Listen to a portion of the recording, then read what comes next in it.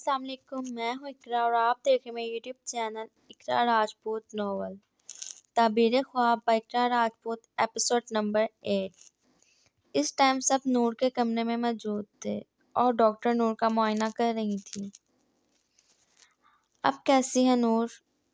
جب ڈاکٹر نور کا معائنہ کر کے پیچھے ہوئی تو شازیہ بیگم نے ڈاکٹر سے پوچھا، دیکھیں میں نے پہلے بھی کہا تھا نور کے لیے ضروری ہے کہ وہ اپنا خیال رکھے، ٹائم پر اپنی میڈیسن لے، لیکن میں نے ابھی اس کی میڈیسنز چیک دیکھی ہیں، 1 ہفتہ ہو گیا اس نے اپنی میڈیسنز نہیں لی اور کچھ ڈسٹرب بھی ہے اور کسی بات کو بہت زیادہ سوچنے یا سر پر حاوی کرنے کی وجہ سے اسے استھما اٹیک آیا ہے، لیکن فکر کی بات نہیں ہے، میں کچھ دوائیاں لکھ رہی ہوں، وہ اس کو ٹائم پر دیجیے گا اور اس کے انہیلر کا بھی خیال رکھیں، جیسے آج اس کی طبیعت خراب ہوئی ہے، اگر ٹائم پر انہیلر نہ دیا جاتا تو کچھ بھی ہو سکتا تھا۔ ڈاکٹر نے سب کی طرف دیکھتے ہوئے کہا اور دوائی کی پرچی بڑھائی تھی جسے حارث نے تھام لیا تھا۔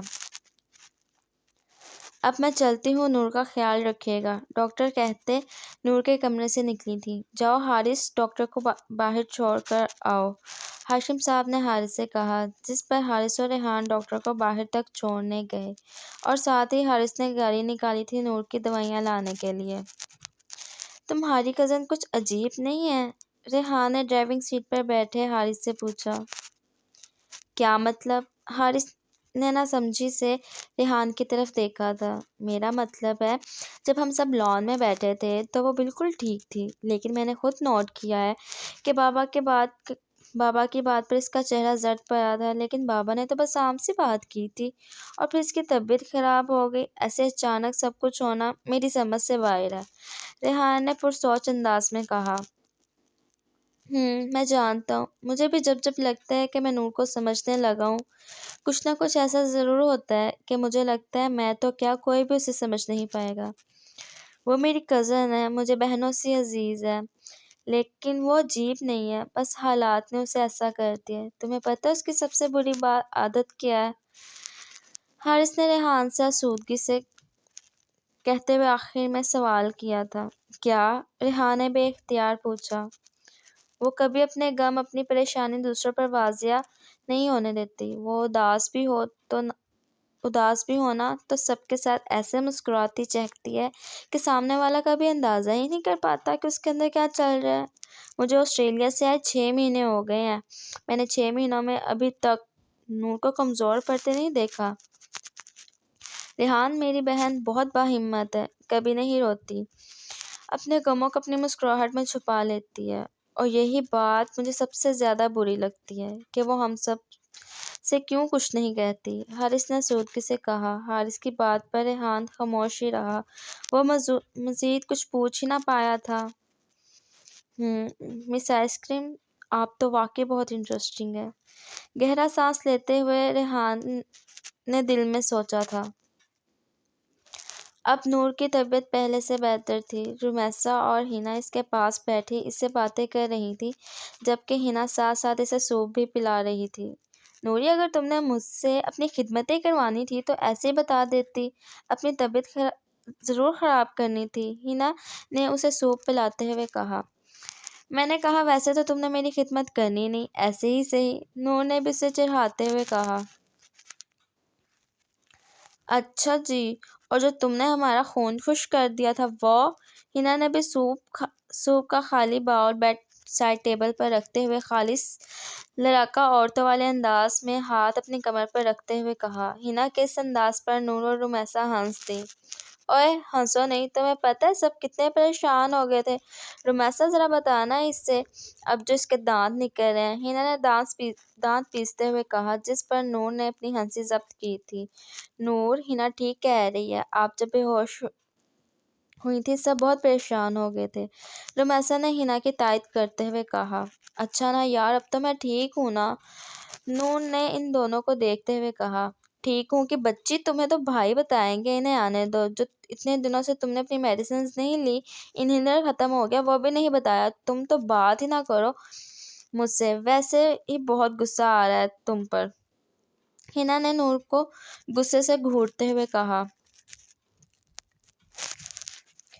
اتنے میں رخسار بیگم نور کے کمرے میں آئی تھی۔ پی لیا سوپ نور نے؟ رخسار بیگم نے نور کو دیکھتے ہوئے ہنا سے پوچھا۔ جی تائی امی، پی لیا میں نے سوپ، نور نے فوراً سے جواب دیا۔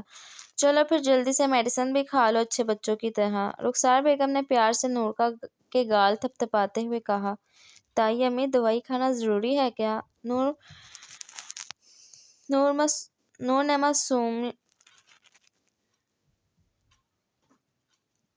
نے معصومیت سے کہا۔ نوری چپ کر کے کھاؤ ورنہ میں حارث کو بلا لاؤں گی۔ جو حرکت تم نے کی ہے نا، حارث بہت ناراض ہے تم سے ویسے ہی، رخسار بیگم نے پانی کا گلاس اور دوائی نور کی طرف بڑھاتے ہوئے کہا۔ نور کی حالت دیکھ رمیسا اور ہنا نے اپنی ہنسی ضبط کی تھی۔ ان دونوں کو ایسے ہنسی ضبط کرتے دیکھ نور ان دونوں کو گھورا تھا۔ کیا ہو رہا ہے یہاں؟ حارث نے نور کے کمرے میں آتے ہوئے سختی سے پوچھا۔ حارث جتنا خوش مزاج تھا اتنا ہی ان دونوں کے معاملے میں سخت بھی تھا۔ جبکہ ریحان بھی اس کے پیچھے ہی کمرے میں داخل ہوا تھا۔ اس نے بغور نور کو دیکھا۔ آج اس نے اسے پہلی بار بغیر نقاب کے دیکھا تھا۔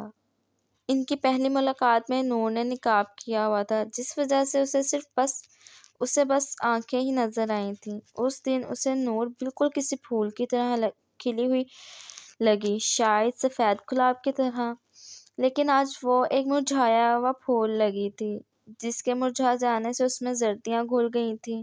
اس نے بغور اس کے زرد چہرے کو دیکھا۔ کچھ نہیں بھائی، بس نوری پوچھ رہی تھی کہ دوائی کھانا ضروری ہے کیا؟ ہنا نے ہنسی ضبط کرتے ہوئے کہا۔ اچھا نوری، تو تم ہی بتاؤ، ہم سب تمہارے لیے ضروری ہیں یا نہیں؟ حارث نے رخسار بیگم کے ہاتھ سے پانی کا گلاس اور دوائی لیتے ہوئے اسپاٹ لہجے میں پوچھا۔ بھائی کیسی بات کر رہے ہیں؟ میرے لیے آپ سب بہت ضروری ہیں، میں اپنی ذات بھی فراموش کر سکتی ہوں آپ سب کے لیے، نور نے تڑپ کر کہا۔ جس طرح ہم سب تمہارے لیے ضروری ہیں نا، اسی طرح دوائی لینا بھی تمہارے لیے ضروری ہے، کیونکہ ہم سب کے لیے تم بہت ضروری ہو۔ حارث نے پانی کا گلاس اور دوائی اسے تھماتے نرمی سے کہا، جس پر نور نے بھی فوراً سے دوائی لی تھی۔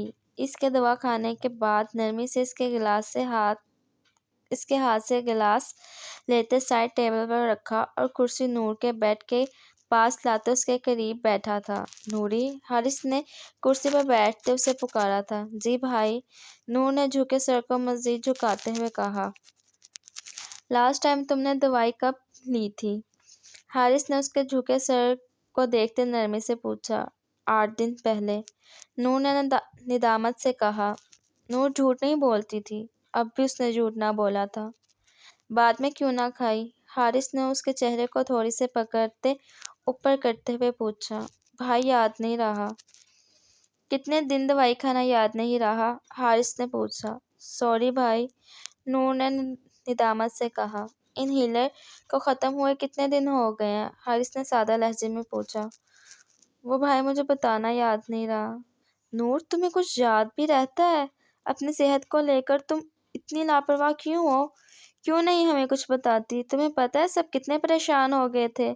اب کہ حارث نے ذرا سختی سے کہا۔ سوری بھائی، نور نے اپنے آنسو ضبط کرتے ہوئے کہا۔ رمیسا، ہنا اور رخسار بیگم ان دونوں کو دیکھ رہی تھیں، جبکہ ریحان ابھی بھی نور کی آنکھوں کو دیکھ الجھا تھا۔ نور کی آنکھوں میں نمی محسوس کر حارث نے فوراً اس کا ہاتھ تھاما تھا، پھر شرارت سے بولا۔ اگر تم ٹھیک نہیں ہوگی تو میں اور ہنا تنگ کس کو کریں گے؟ حارث کی بات پر نور مسکرائی تھی۔ اب ٹائم پہ دوائی لیا کرنا، میں روز چیک کروں گا کہ تم نے دوائی کھائی ہے یا نہیں، اور چلو اپنا موڈ ٹھیک کرو، چڑیل لگ رہی ہو بالکل، حارث نے نور کو چھیڑتے ہوئے کہا۔ تائی امی دیکھ لیں بھائی کو، نور نے حارث کی بات پر زچ ہوتے رخسار بیگم کو پکارا تھا۔ نور کے اس طرح زچ ہونے پر سب ہی مسکرا دیے، جبکہ نور کے اس انداز پر ریحان کے چہرے پر بھی مسکراہٹ آئی تھی۔